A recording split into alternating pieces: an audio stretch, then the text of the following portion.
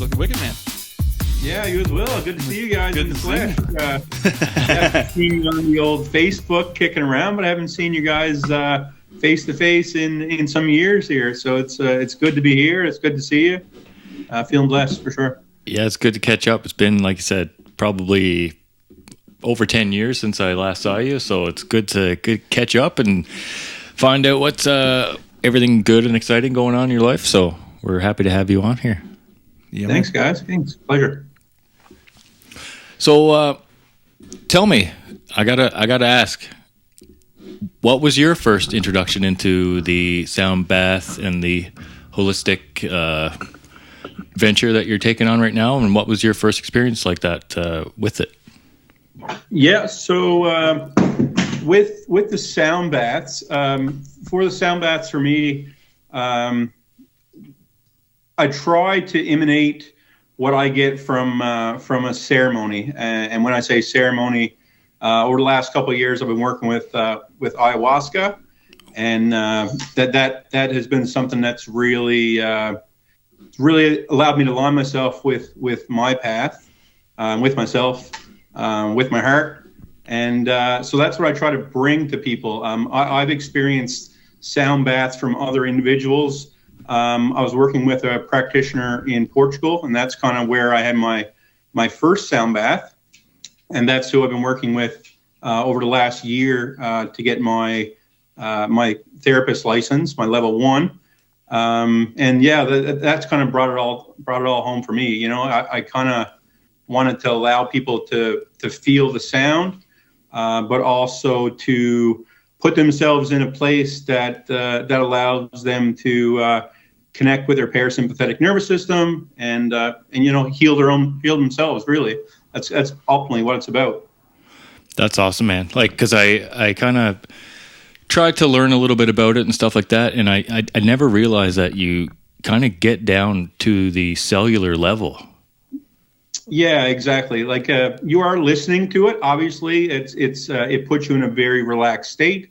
But you could really go to a sound bath and put in earplugs and get the same benefit.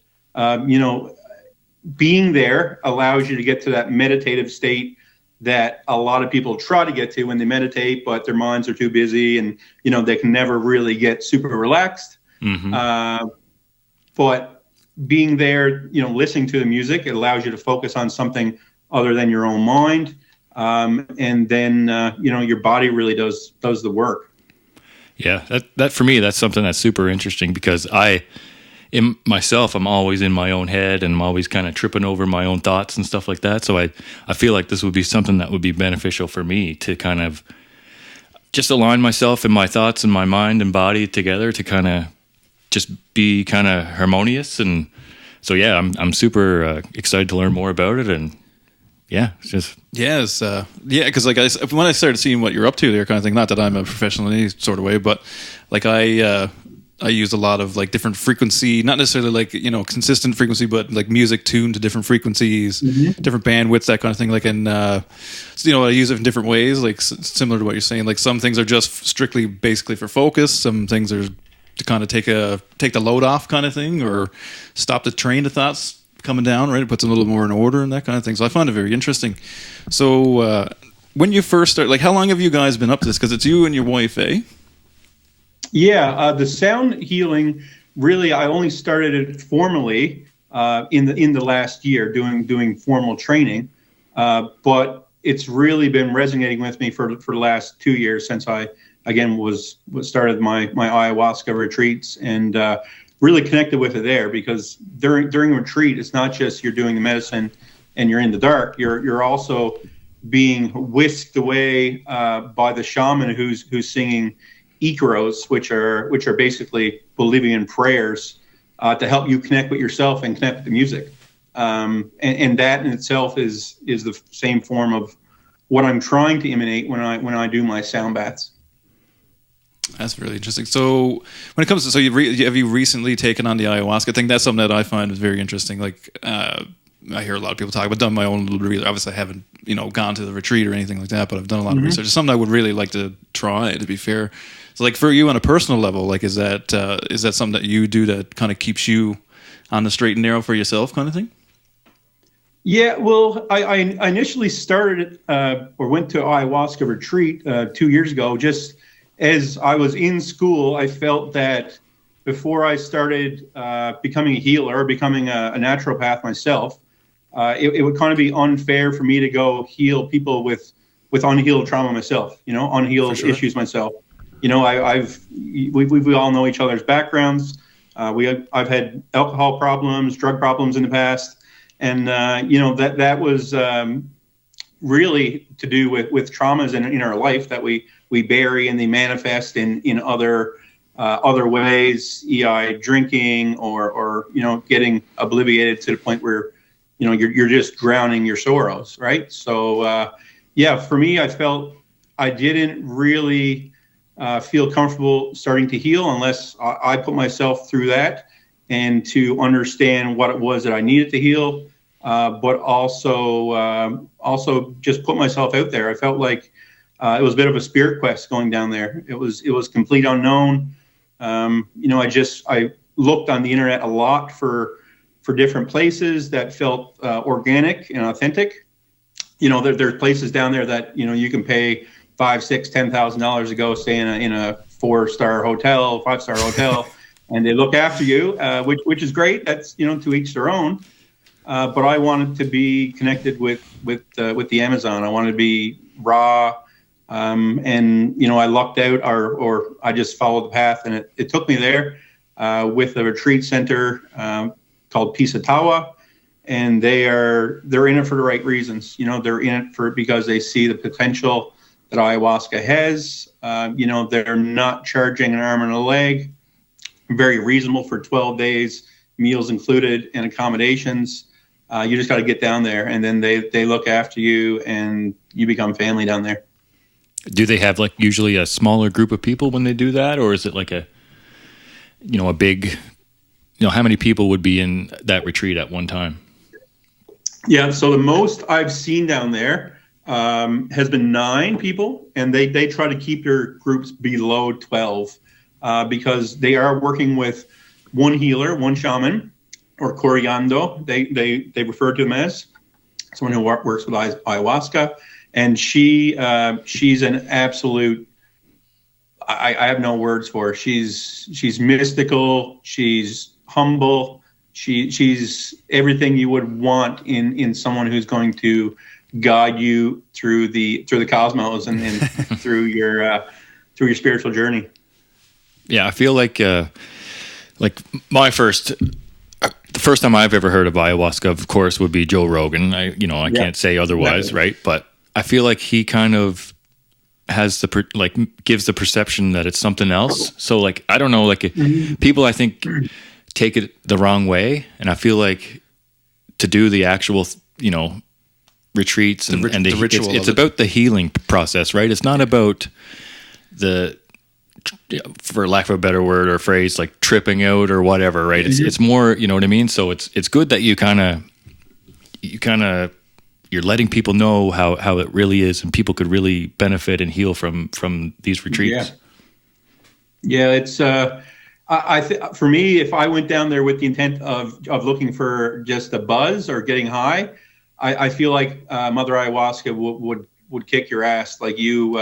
You hear about a lot of these trips on Joe Rogan, and they're so outrageous because I feel like they're going down there with their ego still in tow, and they're looking for something that's not beneficial to them or anything else. They kind of get a little whooped, and that happened to me in the initial stage. My ego was in the forefront, and that's the first thing that she worked on, and she whooped me. Yeah. So it's a series of do you take that medicine over the course of the 12 days? Is that what you said? Yeah. So they do 12-day retreats and 10-day retreats, and you do medicine one day, you have a break the next day, you have an integration. You talk about your journey every day afterwards as a group. And then the following day, you'll have another medicine ceremony. So in a 12-day, you'll do 4 ayahuasca ceremonies and 1 San Pedro Wachuma. Wow. That's really interesting. Like I said, that's something I would love to try that. I think, like I said, I've tried other things along the way, but I think because I did hear about it a fairly long time ago. In reality, of course, it was still looked at as, you know, craziness kind of thing, like mystical craziness, like, you know. And I'm really I really like natural healing. I would choose that route over any other route, technically speaking. But yeah, something that I was looking into for a really long time. And it seems like what you're saying, like most people have. Everybody has their own interpretation or own experience with it or whatever. But yeah, the people who tend to go at it from like an ego standpoint, or just trying to, you know, surf the cosmos web or whatever kind of thing, like not really looking for self-healing, because I think things of that magnitude, of that power, kind of that's the reason they're here necessarily. It's not to, you know, make you laugh and carry on with your buddies. It is to find something out about yourself or people around you kind of thing, or your experience, right? So it's very interesting that you went ahead and do it. You're one of the first people that I've talked to in person, I'll say, that has done it for the right reasons. I'll put it that way. Yeah, you know, like I said, it's been it was a bit of a spirit quest. We went down the following year, and my wife came back down with me because, you know, she's seen how it affected me, and, you know, my profound journey that I had while down there and with the people that I met. So, you know, she was all over going down and, you know, exploring herself and, you know, working on her herself and moving through that journey too. So, yeah, we went down there as a team, and, you know, from a relationship perspective, it was a major team builder, you know, for her to trust me to bring her down there to middle of the jungle, sleeping in a little hut. You know, there's lots of stuff down there that can really hurt you in the jungle, I guess, if you're out there looking for it. But yeah. No, it's great. Yeah, of course, like you said, it would bring you guys closer together, and it's great that you can bring your experience and everything you've learned back to a small town in Newfoundland. Now, how's that been for you? You know, moving back here was something that we seen as an opportunity. We were into St. John's, and you know, we both lived in Calgary. Patricia's from Calgary originally. We did the big city thing. We were done with the big city. We wanted to reconnect with our roots, and come back to a smaller center where, you know, we do know everyone, but also it's a big opportunity for teaching here, and it's a bigger opportunity to work with people who I do believe have a general sense and a general love for doing things a natural way, and to explore that option if it was there to them. So yeah, that's kind of why we made the journey back here. And I feel like small towns especially are lacking in resources to benefit people's health. You know what I mean? Like you can't get certain things, you know, being in a small town. Even like a massage therapist, which is, you know, now these days kind of fairly standard issue. You know what I mean? There's generally speaking lots around or whatever. But even that, I haven't been home in a long time or whatever. But, you know, I imagine that's not common either, technically speaking. You know what I mean? So it's nice to see it, and like say something different that isn't. You know, necessarily, I don't want to say not mainstream because that's not the right word, but it isn't in the forefront of everybody's eyes. It isn't something that your people are familiar with. I think it's awesome that you're doing it, to be fair, and especially bringing it home. I think it's a wicked thing to be doing. So yeah, we're just trying to. Sorry, go ahead. No, go ahead. Finish. I was going to say we're just you know, using as opportunity to help people learn, educate themselves. You know, a lack of knowledge when it comes to medicine. Is something we kind of take for granted sometimes. You know, we trust that what we've learned or what we've known our whole lives is a direct path to move. You know, and just providing an alternative and letting people know, you know, we can help you in other ways. You know, and that doesn't mean you don't need to continue with your modern medicine, but we can run parallel to help you support that journey as well, right? Nice. So give us a little rundown now. Like, so, you know, you're doing sound bath and all that, but give us a little rundown of like kind of what you guys are into, and just to kind of get the people at home to kind of get the gist of what it is you guys are up to. Yeah. So naturopathy is just to focus on natural medicine alternatives, whether that's chemotherapy or through any sort of natural approach. But basically what we'll do is we'll have a consultation. Usually in the beginning, it's an hour and a half because we want to get a lot of detail from you, as much detail as possible, because, generally a symptom can be manifest from anything, from a lot of things. So we want to make sure we're looking at you from a holistic whole perspective before we make any decisions on your treatment plan. So then we'll look at what your main ailment is and what your main concern is. We'll develop a treatment plan based around that, but also in the background, we'll have other potential low-lying fruit that we'll look at in terms of treatment plans that we'll look at in the future, because we don't want to introduce too much change to anyone's lifestyle out of the gate. It's just setting them up for failure. So we want to make sure that we build a treatment plan that's going to work, that's going to allow people to transition from their current lifestyle into it, and set them up for the most success. Awesome. So how have you been finding your, I don't want to say acceptance in the community, because I mean you're from there and everything else, but how are you guys, how are you guys combating kind of like stigma that kind of goes against natural healing? Yeah, so for us, what you think of me is not really any of my business. I'm just pushing forward with my heart. I'm doing this for the right reasons. There's going to be naysayers. There's going to be people that are stuck, maybe not stuck in their ways, but maybe they have an opinion before they really understand it. And for me, I'm just trying to show people that there is an alternative. Whether or not they want to remove that root, that's fine with them. There is, unfortunately, in this trade, a lot of snake oil salesmen and a lot of elbow ticklers. We just want to make sure that we promote ourselves to be as authentic as possible. We're not here to hide anything. We're just here to help in any way we can, whether that's through sound healing, whether that's through medicine, whether that's just through a discussion or an ear just to listen, right? Nice. Yeah, that's definitely a great motto to live by, right? It doesn't matter what other people think. Ultimately, I mean, you're following your heart, and that's kind of inspiring for anyone listening to that, right? For sure, yeah. Yeah. It's unfortunately, like, we live in a world where we get told from an early age what's good and what's bad, and sometimes we follow that, and that doesn't allow us to find our true path. It allows us to work with what's in the norm. But when it comes down to it, that's kind of what we try to get away from as a group. We try to find something that we love, that we resonate with, and some of us are lucky enough that we can work in that field.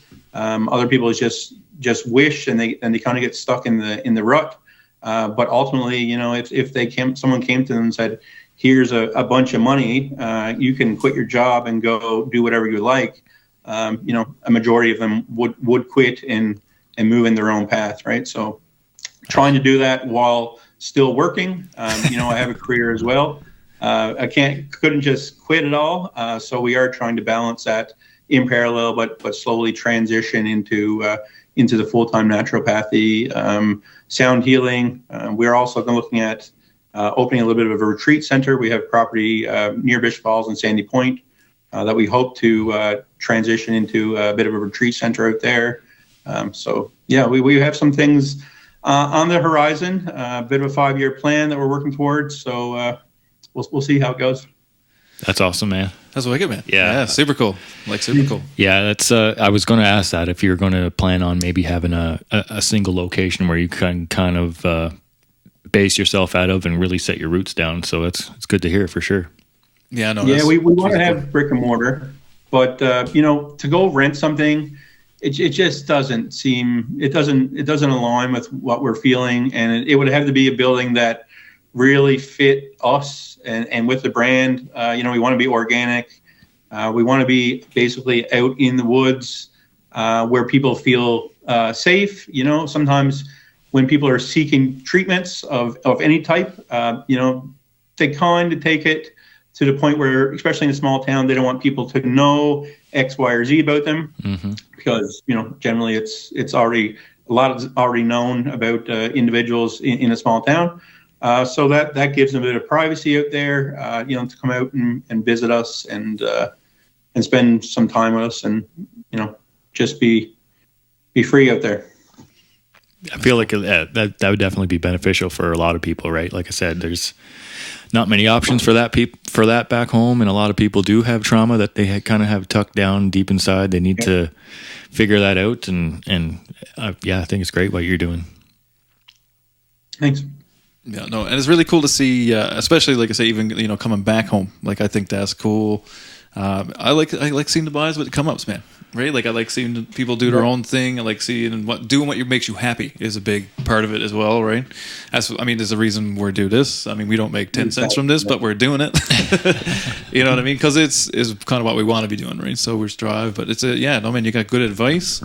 I like it. So when it comes to like the tools of your trade, like, so what kind of, like, I know I've watched a few videos. You got some different woodwind instruments and that kind of thing. Like, what kind of other stuff are you guys getting involved in there?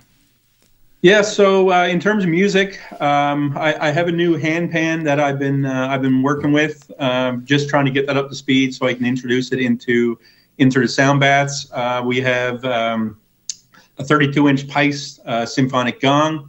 Which for me is one of the centerpieces of the sound bath. Really brings some big resonating power to the sound bath. Really gets those inner molecules moving.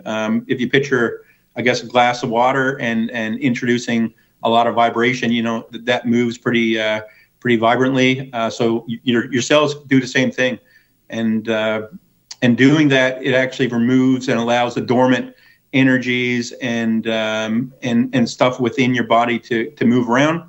That way your body can expel it same way it would during massage.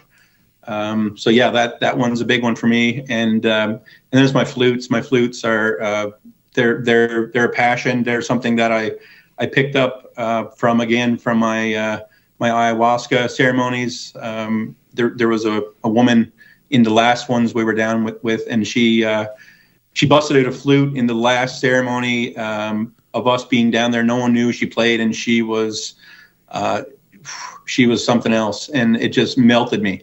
And when I came back, I said, I have to learn that. And it honestly picked it up pretty quickly. It's pretty intuitive.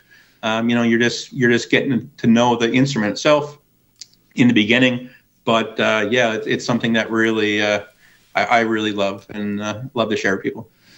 Yeah, it's cool. We were checking out the videos the other day, watching you showing them off or whatever. It's really cool. Like, I play music, and we both play music and whatever. Like, because I guess that's where it all kind of comes from, like the understanding of the frequency bandwidth and all these kinds of things. With that, when I see you playing these flutes, I'm like, oh yeah, man.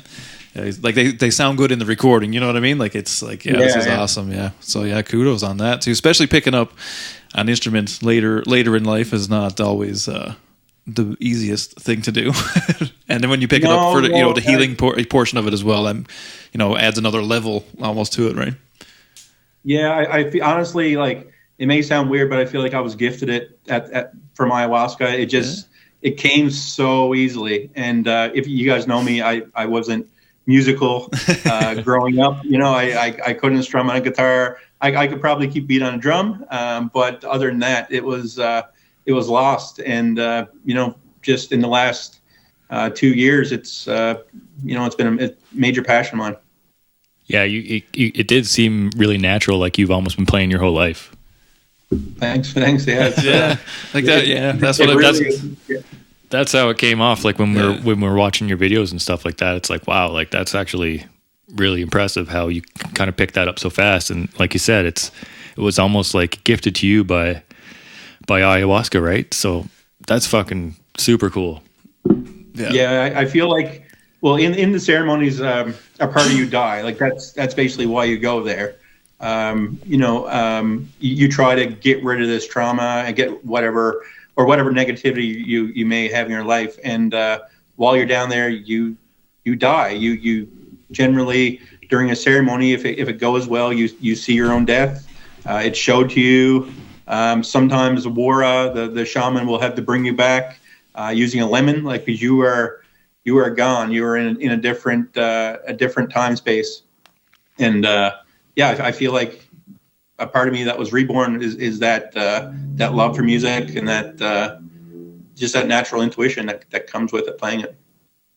Yeah, it fits you very well. Fits you very well. That's what I'll say. Thanks. I got another question. I mean, it may be a little not necessarily off base, but so in terms of ayahuasca, I mean, have you gone on any other routes in terms of psychedelics to kind of get down the same road or a similar road? Is that something that because I know like mushrooms are starting to become a little bit more popular. Mm-hmm. They're getting a little bit more, similar to what marijuana, it's kind of becoming not such a big thing. A lot of places are decriminalized it. There's a lot of studies happening.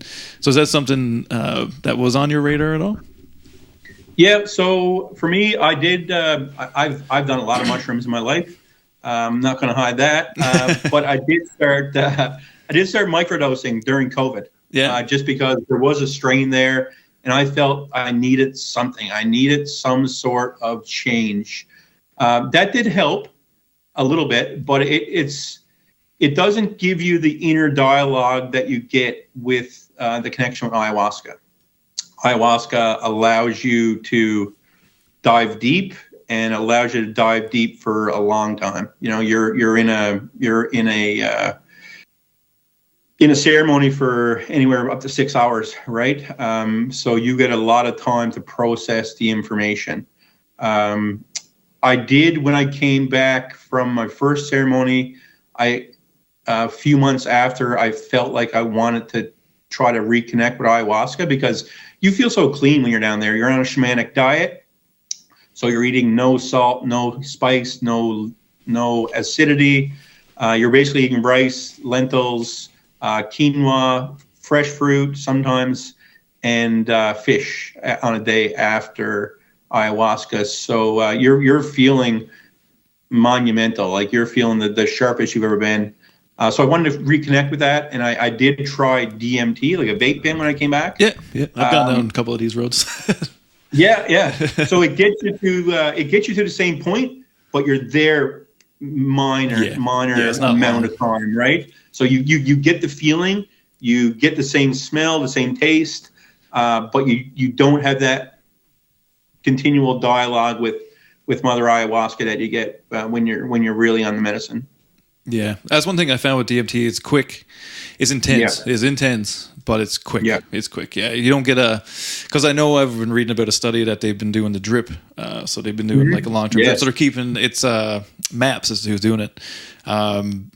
So yeah, they're kind of they're putting you on the drip, so they're keeping you under for extended periods of time. So I think they've been doing up to 6 hours or give it 6 to 8 hours at this point or whatever. And people are saying it's incredible. Like it's incredible. They're they're literally trying to map. I don't know how much merits to that necessarily or whatever in that kind of context, but they're actually trying to map what most people consider as like the, whatever alternate universe, alternate space, timeline, whatever way you want to look at it. Because it seems like most people end up in the same place, that's the stuff that I find really interesting is like, how is, I'm kind of a believer that we're all kind of connected and all that kind of stuff or whatever, but in that context, like we're all going to the same spot in a way, you know what I mean? Like that's the story kind of thing that everybody brings back. Well, we are, for me, we are the same source light. We come from the same source light. It's just pure consciousness at the end of the day. And when you go back to that, it allows you to see that. It gives you that inner knowing. It's just like, I've been here before.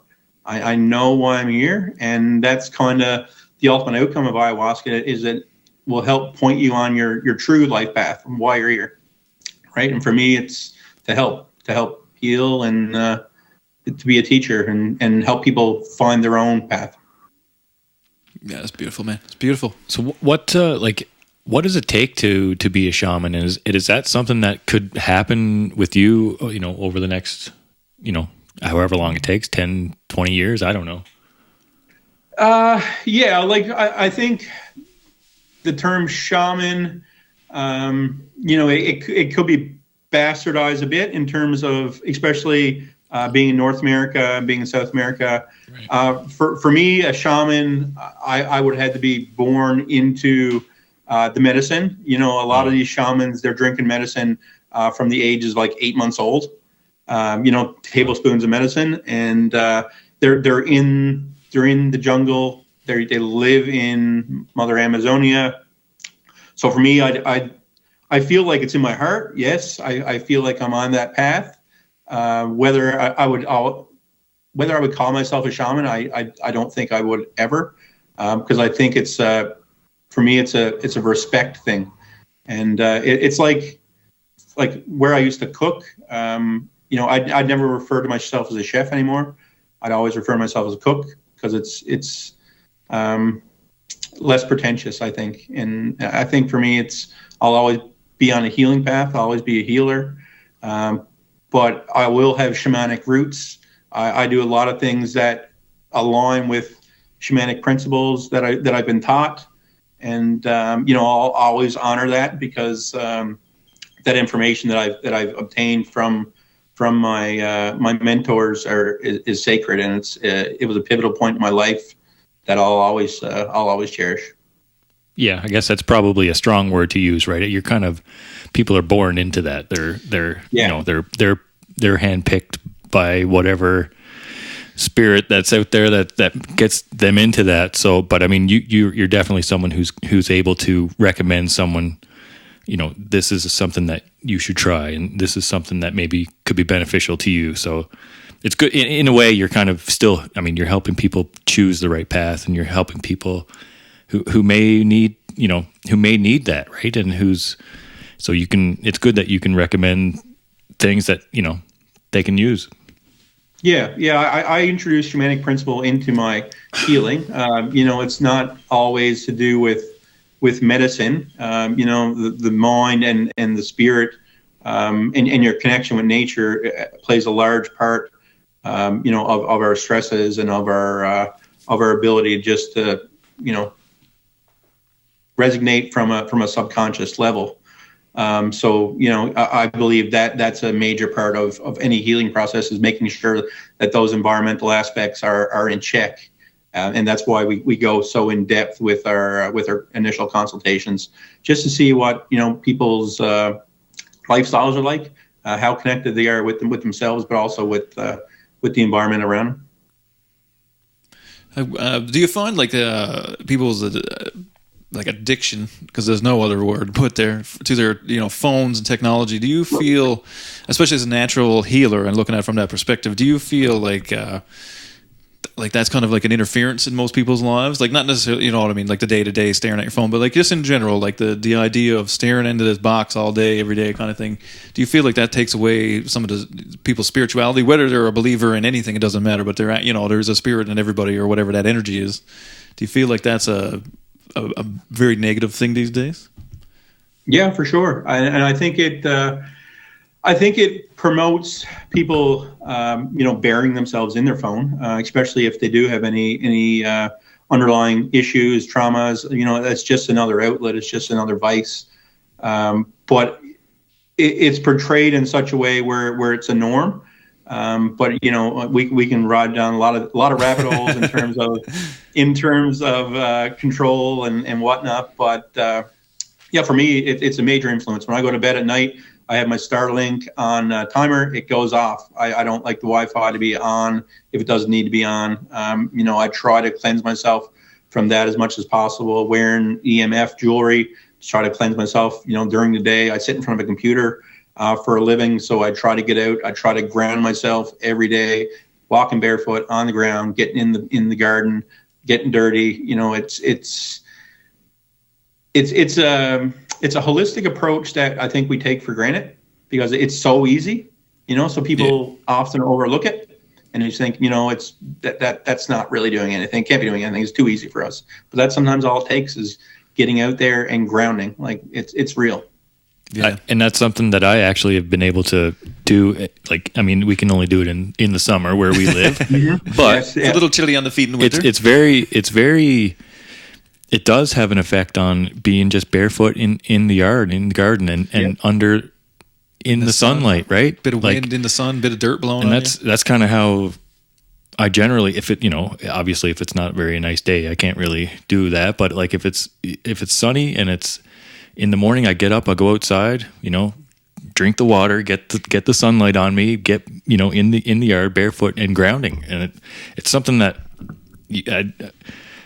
I wouldn't think, you know what I mean? A lot of people wouldn't think that it would have such a big impact, but it does. Like, yeah. Like you kind of got to get that energy through back out of you, right? Like, yeah, it's Yeah. yeah, it's interesting. That's one thing for sure. No, because the reason I asked is like I know that's this is the type of stuff that I'm finding starting to come to the forefront again. It's like we all forgot that we used to run around barefoot naked. Mm-hmm. You know what I mean? Like that's how we were. Like the same thing with people showering and what we're showering with kind of thing. And I mean, there's a million rabbit holes we go down with this, but like that type of thing, right? People forget like same thing, ice baths and saunas and all these things. Yeah. Like people forgot that like the only way to get clean at one point was to jump in some cold water.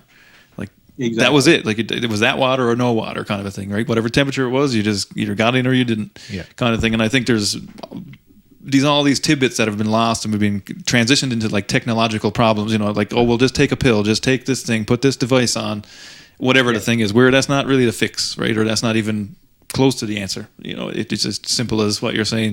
Take your socks off, go out in the yard and sit around, get some sun on you. Like simple things because that's what we've done for years.